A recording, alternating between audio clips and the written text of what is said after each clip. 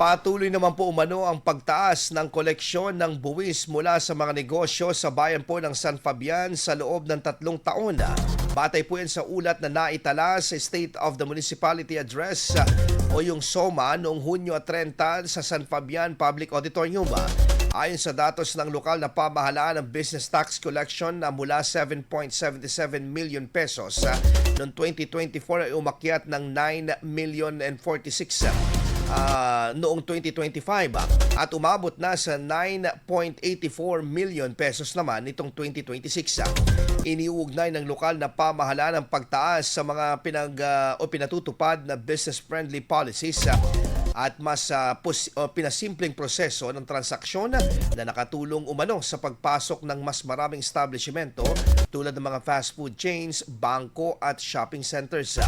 Dumalo sa SOMA ang iba't ibang sektor kabilang ang mga opisyal ng pamahalaan, national government agencies at mga punong barangay, LGU officials at kinatawan ng DepEd at SK officials, civil society organization at private sectors maging ang mga ilang residente.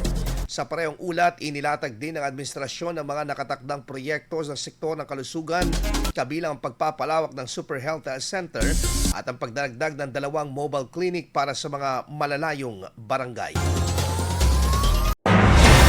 IFM News. IFM News. IFM News.